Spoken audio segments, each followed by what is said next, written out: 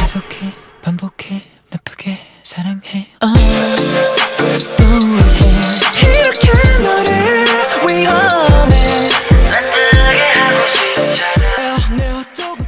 Hi, Winter Rosie here, and welcome to part 2 of my greatest K-pop songs ever list. A lot has happened since the first part. I've gained almost 4,000 more subscribers since then, and I couldn't be more thankful for all of you. I know most of you haven't seen the first one, so I'll encourage you to watch the first part before you get into the second part.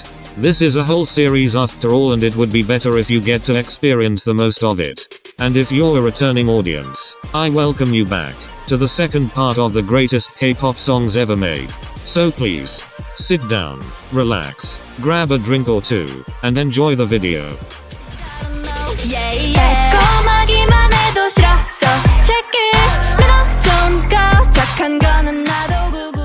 I didn't really care about newly debuted groups back in 2020, so I never heard of any of them at all.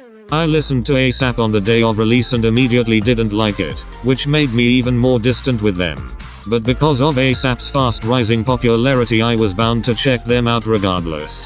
Which I did, and I really liked it. It was stuck in my head for a good 2 to 3 months, just like everyone else's, and I thought it was an enjoyable song. Yet I didn't think it was that great as most people say it to be. I still had my problems with it even after how many listens. Then why is it on the list, Winter Rosie? Well, it isn't. But it was because of this song that made me discover one of the greatest songs and debuts I've ever heard in all my years of being a K-pop stan.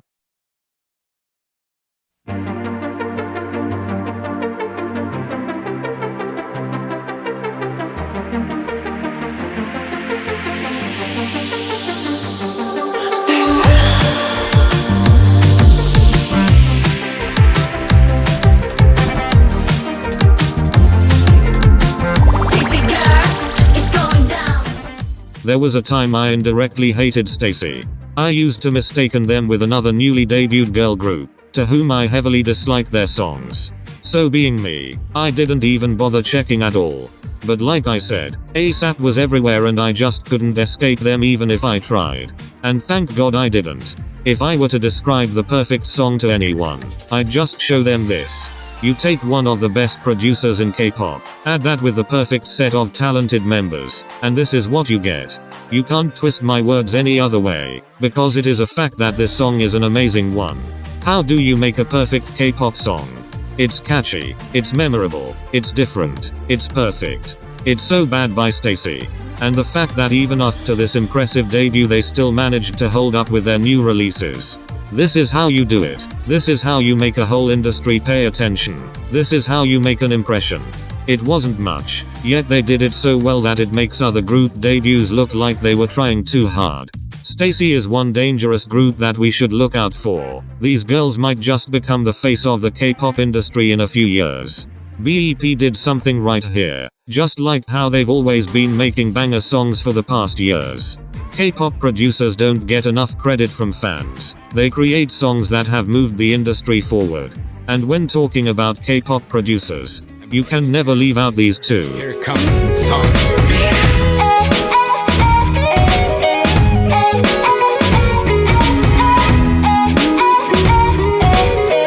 Okay, it's time to Jokes aside, JYP is one great producer.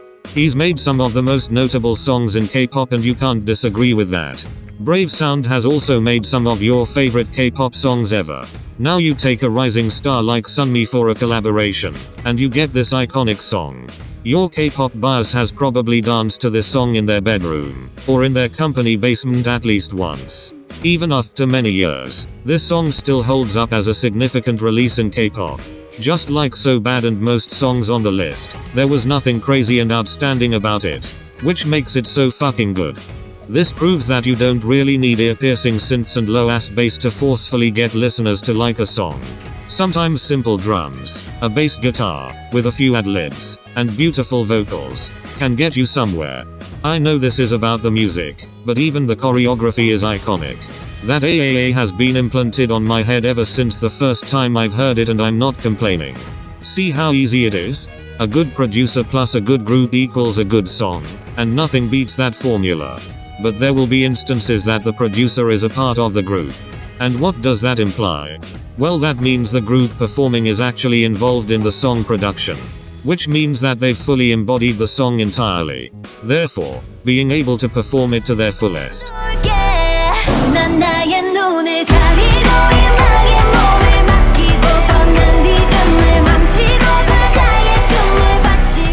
I don't listen to this song as much as I praise it. I don't think it's as gravitating like most songs on the list. In fact, I think it's almost forgettable. But in an industry full of oversaturated concepts and mid-level songs, this one stands out a lot. There was something about LOONA that made me appreciate them even more. Most K-pop groups settle for less and always go down the safer route.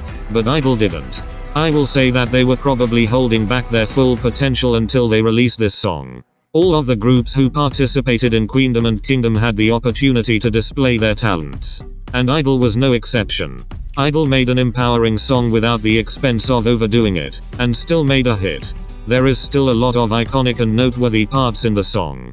The slow build-up of the first verse with Minnie's deep yet calming voice accompanied by the lion purr. Soojin's charisma and expressions adds a whole nother layer to the experience.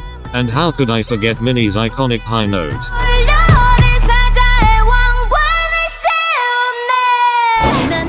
I love the fact that it wasn't at the climax of the song too. The silence right after the note made them seem even more dominant, like a lion roaring. The voices of Mi-yeon and Yuki during the chorus is so soothing, yet still so powerful. All the members did their part, which makes it a great song. Only a few groups are truly diverse. Most of them just do the concept and move on. But groups like these do not.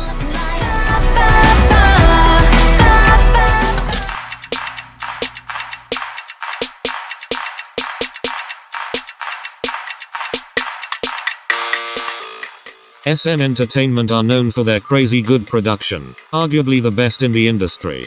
They have numerous producers working for them from all around the world, who crafts the best of the best for their groups.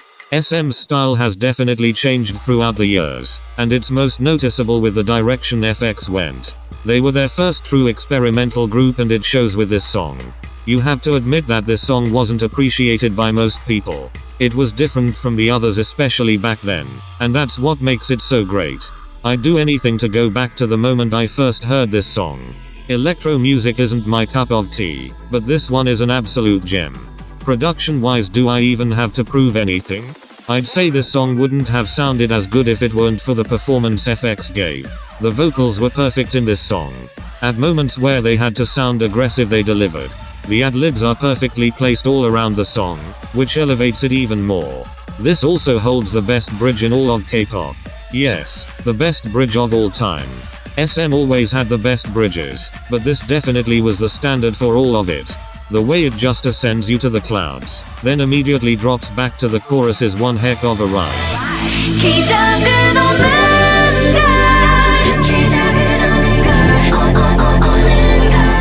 This is a sound a few groups would normally be afraid to undertake, and I don't blame them at all. If I had to sing in on top of these crazy instrumentals while sounding like an angel, I'd probably cry too. Which is why I had to acknowledge what they've done here. Trying a sound or concept that's hard to execute is one thing, but doing a concept that only you can perform is a whole nother thing. Only a few groups are truly unique in their own way, and this next one isn't even a group. 묘한 분위기에 취해 너를 놔버려도 돼 나를 벗어. This song is insanely good. I don't think you quite understand how perfect this song is. I'm baffled by the fact I even have to describe why this song is amazing. I'm pretty sure we all got ears right. Anyways, you must be deaf if you think this song is bad. Don't go down the comments saying, oh, this is just a sexy song sung by a sexy man. That's why people like it. Okay, first of all, get the fuck out of here if you do think so. Second of all, how dare you disrespect my man Taemin like that. He isn't just any sexy man. He is the sexy man. Okay, but like, jokes aside, this really is a good song. Give this song to any other soloist and it wouldn't even sound a fraction as good as this. Taemin's airy and soothing voice just gives me goosebumps every time I hear it. It matches the whole vibe of the song. The instrumentals are a total orgasm. It's atmospheric, it's moody, it's dark, it's sexy, it's seductive, it's kind of emotional too if you think hard enough, and it's borderline illegal to listen to. And not because it's alluring, but because it's so damn good to my ears and to my five senses, that I feel like I should be paying for every listen to this song. No one else can do it like how Taemin does. The man sings, dances, and performs his songs like it's his own, and that's what makes this song and him one of a kind. Artists that you can't really compare to anyone else because they are on the top of their game. They are their own competition, and no one else can touch them. Which is something this next group had been doing all these years. Oh now, holding this pain, 모든 걸 버린 그날처럼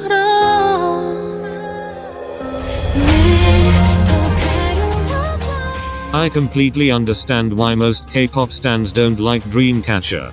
It's rock music, and most people do not listen to it. They would prefer regular pop music over rock. And you know what? I don't mind that at all. You can like anything you want, that's for you to decide. But I just can't shut up when a song like this gets overlooked by almost everyone. Literally everything that I've been saying throughout the whole video, on how these songs are so great, is all present in this one song. 1. Production. Absolutely amazing, unmatched, unchanged, even all these years. Imagine dancing and singing simultaneously to rock music for how long? That alone deserves them a medal of recognition. 2. Dedication. I really applaud Dreamcatcher and their company for sticking with this concept. Even when they knew this wasn't what the public was all over about. There was a risk, and I'm glad they took it, or else we wouldn't have gotten one of the best girl groups in K-pop. Thank God they didn't settle with Minx. 3. Presentation. This song knows what it's doing. They knew what they were trying to show, and they completely devoured. Concept-wise no one does it like them. There will be copycats, but no one can outdo the duo. Dreamcatcher has mastered pop, rock, heavy metal, whatever this is. And no one does it better, other than them. The vocals, and I don't just mean singing, I mean the way that they sound. Their voices are perfect for their songs, it fits so well like bread and butter. There's so much emotions in their delivery of the lyrics when singing. I cry to this song even without knowing what they're saying, and that says a lot. Handong's holding this pain line always hits me. I sobbed by those 3 words alone every time. In fact it's what made me even listen to the song at the start. Like it's so damn good, that it doesn't need validation from non-fans to be good. I just know that it is. I'd just like people to appreciate this type of shit more, because it's honestly beautiful, and I want to share it to everyone else. This won't be the last Dreamcatcher song on the list. I don't know when the next one will be, but expect these girls to come back at least one more time. All these songs are absolute gems, and I'll never stay in silence on how great they all are. Whether you agree with me or not, these songs have solidified their place in being a part of the best K-pop songs ever made. Thank you and goodbye. And now I'm in my Deja Vu.